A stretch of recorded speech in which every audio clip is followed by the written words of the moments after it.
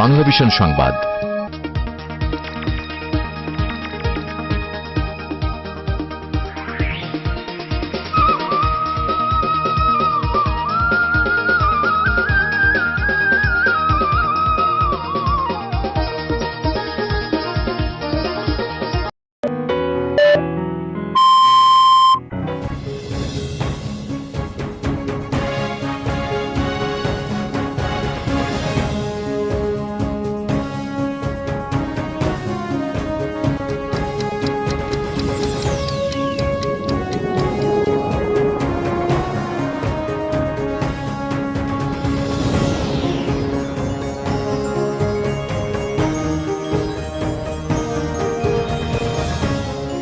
আসসালামু আলাইকুম, আমন্ত্রণ জানাচ্ছি বাংলাভিশন সংবাদে। আপনাদের সাথে আছি মিশু হাসান। শুরুতেই পায়নার ইন্স্যুরেন্স সংবাদ শিরোনাম।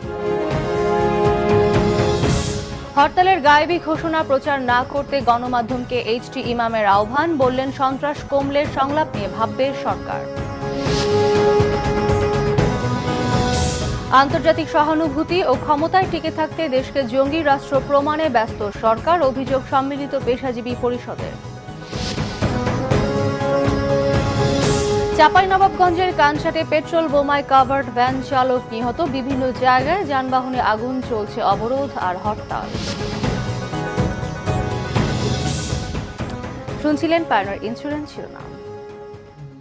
ইফাদ টি টাইম, চায়ের সাথে সেরাটা। এবারে বিস্তারিত। গায়েবী জায়গা থেকে ঘোষিত হরতালের সংবাদ প্রচার না করতে গণমাধ্যমকে আহ্বান জানিয়েছেন প্রধানমন্ত্রীর রাজনৈতিক উপদেষ্টা এইচটি ইমাম। সকালে ঢাকা মেডিকেল কলেজ হাসপাতালে রেড ক্রিসেন্টের দেয়া ড্রেসিং সরঞ্জাম হস্তান্তর অনুষ্ঠানে তিনি এ আহ্বান জানান। এ সময় এইচটি ইমাম বলেন, একজনের জেদের কারণেই দেশের সন্ত্রাসী কর্মকাণ্ড চলছে। সন্ত্রাসের সঙ্গে কোনো আপোষ নেই। সন্ত্রাস কমলে আর শান্তিপূর্ণ পরিবেশ তৈরি হলে সরকার সংলাপের বিষয়ে ভাববে বলেও জানান তিনি। সাংবাদিকদের এইচটি ইমাম বলেন, ঢাকা ও ঢাকার বাইরের পরিবেশ এখন স্বাভাবিক। দেশের শান্তির কথা বিবেচনা করে হরতাল অবরোধের ঘোষণা প্রচার থেকে বিরত থাকার পরামর্শ দেন প্রধানমন্ত্রীর এই উপদেষ্টা। একজনের জেদের কারণে যে আমাদের এক্ষুনি নির্বাচন দিতে হবে, এক্ষুনি এই আমাদের দাবি মানতে হবে, এটি হতে পারে কখনো কোনো সর্বজগতে কখনো হয়েছে? গায়েবী নোটিশ আসে যে আগামীকাল ধর্মঘট, 72 ঘন্টার ইত্যাদি। আপনারা এগুলো প্রচার করেন কেন? আপনারা প্রচার না করলেই তো মানুষ জানতে পারে না। ৩,৫১১ কোটি টাকার ৭টি প্রকল্প অনুমোদন দিয়েছে জাতীয় অর্থনৈতিক পরিষদের নির্বাহী কমিটি একনেক। মঙ্গলবার এনইসি সম্মেলন কক্ষে একনেকের বৈঠকে এসব প্রকল্পের অনুমোদন দেয়া হয়। বৈঠকে সভাপতিত্ব করেন প্রধানমন্ত্রী ও একনেক চেয়ারপারসন শেখ হাসিনা। সভায় ঘোড়াশাল বিদ্যুৎ কেন্দ্রের সক্ষমতা বাড়াতে তৃতীয় ইউনিট রিপাওয়ারিংয়ের লক্ষ্যে ২৫০০ কোটি টাকার একটি প্রকল্পের অনুমোদন দেয়া হয়। ২০১৭ ডিসেম্বর নাগাদ বাস্তবায়িত এই প্রকল্পে সাহায্য মিলবে ২,০০০ কোটি টাকারও বেশি। এছাড়া দেশের ১৩৯টি উপজেলা এবং ৫টি ইউনিয়নে ভূমি অফিস নির্মাণে বরাদ্দ দেওয়া হয়েছে ৫৩৭ কোটি টাকা। বন্দরনগরী চট্টগ্রামের অক্সিজেন মোড় থেকে হাটহাজারী পর্যন্ত ১২.৫ কিলোমিটার সড়ক ডিভাইডার সহ প্রশস্ত করতে অনুমোদন দেওয়া হয়েছে প্রায় ২২৬ কোটি টাকার একটি প্রকল্প। এর ফলে চট্টগ্রাম শহরের যানজট কমার পাশাপাশি রাঙামাটি ও খাগড়াছড়ি জেলার সাথে যোগাযোগ উন্নত হবে। একনেক সভায় আরও অনুমোদন মিলেছে শেরেবাংলা নগরে ১২৩ কোটি টাকা ব্যয়ে বিনিয়োগ বোর্ডের প্রধান কার্যালয় নির্মাণের।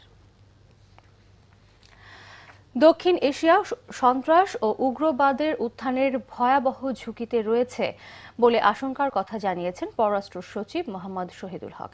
এই বিষয়ে এখনই সতর্ক হয়ে আঞ্চলিক সহযোগিতার ভিত্তিতে সন্ত্রাসবাদ ও উগ্রপন্থা রক্ষার আহ্বান জানান তিনি। উগ্রপন্থা রুখতে দেশগুলোর মধ্যে পারস্পরিক যোগাযোগ ও সম্পর্ক আরও বাড়ানোর ওপর জোর দেন পররাষ্ট্র সচিব। রাজধানীর একটি হোটেলে Bay of Bengal initiative for multi sectoral technical and economic cooperation বিমস্টেকের প্রস্তুতি সভায় এসব বলেন তিনি।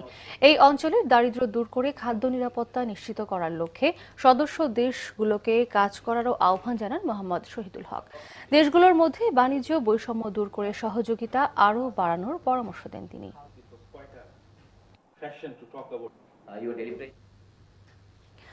ক্ষমতায় টিকে থাকতে ও আন্তর্জাতিক সম্প্রদায়ের সহানুভূতি পেতে দেশকে জঙ্গিবাদী রাষ্ট্র হিসেবে প্রমাণ করতে ব্যস্ত হয়ে পড়েছে সরকার। অভিযোগ করেছেন পেশাজীবী পরিষদের নেতারা।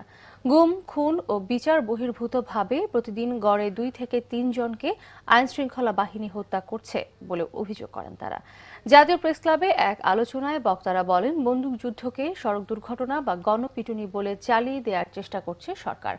অনুষ্ঠানে গণস্বাস্থ্যের প্রতিষ্ঠাতা ডাক্তার জাফরুল্লাহ চৌধুরী বলেন, বর্তমান সব সমস্যার মূলে 5 জানুয়ারি নির্বাচন।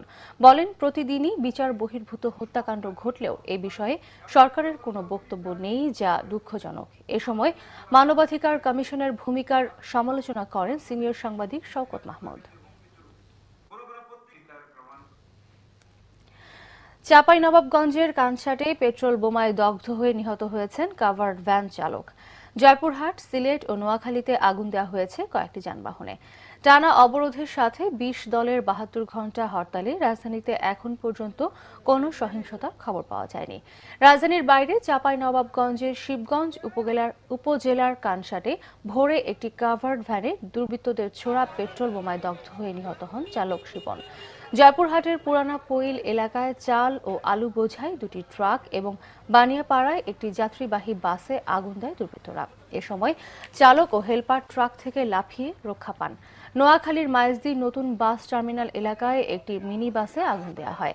সিলেটের মীরাবাজারে কাভার্ড ভ্যানে আগুন দেয় দুর্বৃত্তরা। হরতালের সমর্থনে নাটোরের হাফ রাস্তা এলাকায় এবং হবিগঞ্জের পোদ্দারবাড়ি এলাকায় মিছিল করে ছাত্রদল ও যুবদল। ঝিনাইদহ ও বগুড়ায় ঝটিকা মিছিল করে বিএনপি নেতাকর্মীরা। এদিকে দেশের বিভিন্ন জায়গা থেকে নাশকতার অভিযোগে আটক করা হয়েছে বিএনপি জামায়াতের শতাধিক নেতাকর্মীকে। পেট্রোল বোমা আতঙ্কে সড়ক পথের পরিবর্তে নৌপথে ভিড় করছেন বরিশাল ঢাকা রুটের যাত্রীরা। আর এই সুযোগ নিয়ে রোটেশন প্রথার নামে লঞ্চের কৃত্রিম সংকট তৈরি ও বাড়তি ভাড়া আদায় করছেন মালিকরা, এমন অভিযোগ যাত্রীদের।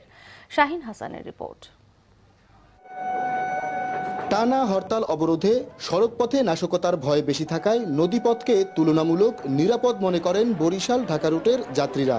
আর এ সুযোগ কাজে লাগিয়ে লঞ্চ মালিকরা বাড়তি ভাড়া আদায় ও লঞ্চের কৃত্রিম সংকট তৈরি করছেন বলে অভিযোগ যাত্রীদের।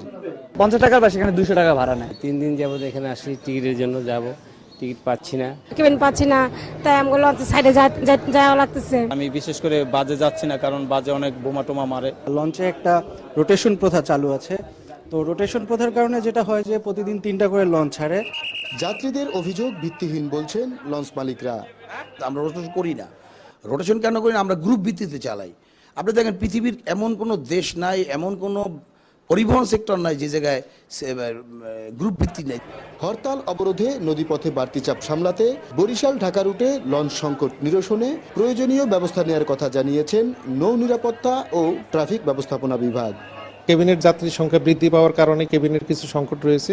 আমরা চেষ্টা করতেছি লঞ্চ মালিকদেরকে বলে লঞ্চের সংখ্যা বাড়ানো যায় কিনা সেই ব্যাপারে আমরা উদ্যোগ গ্রহণ করব। নৌপথে যাতায়াত নির্বিঘ্ন করতে বরিশাল ঢাকা রুটের লঞ্চের সংখ্যা বাড়ানোর জোর দাবি যাত্রীদের। নদীপথে যাত্রীদের এই উপচে পড়া ভিড় সামাল দিতে প্রয়োজন লঞ্চের সংখ্যা বৃদ্ধি করা।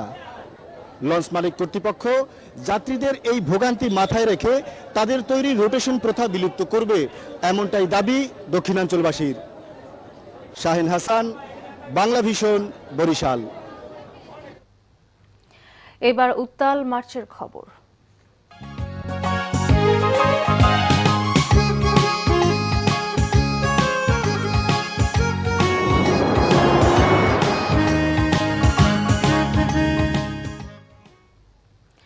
একাত্তরের 3 মার্চ স্বাধীনতার জন্য মরিয়া বাঙালির মুক্তি সংগ্রামে আরও এক ধাপ এগিয়ে যাবার দিন। ঢাকার পল্টন ময়দানে ঘোষণা করা হলো বাংলাদেশের স্বাধীনতার ইশতেহার। আগের দিন 2রা মার্চ ঢাকা বিশ্ববিদ্যালয়ের বটতলায় ওড়ানো হয়েছে স্বাধীন বাংলাদেশের নতুন পতাকা।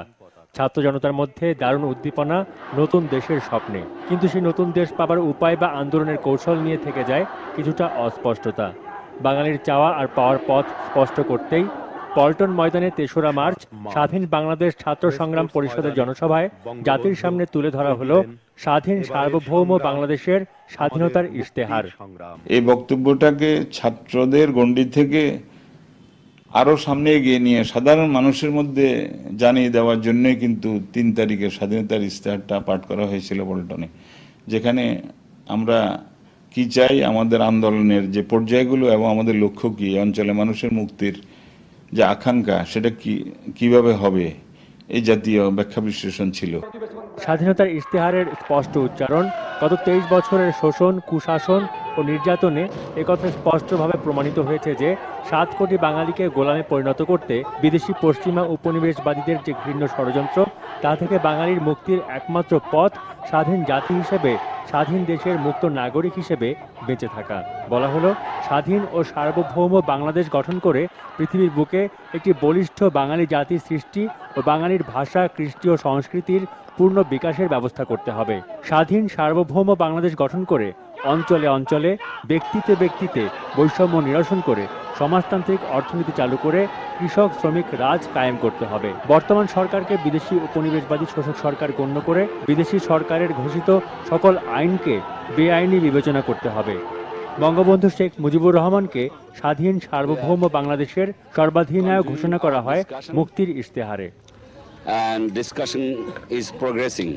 Saimul Haque, Bangla vision, Dhaka. Food lover হয়ে নিজেকে এত সুন্দর মেনটেন করেছো কিভাবে? আমি যখন রান্না করে খাওয়াই, মানুষ যখন খুব প্রশংসা করে আমার রান্নার, ওইটাই আমার সব থেকে বেশি ভালো লাগে।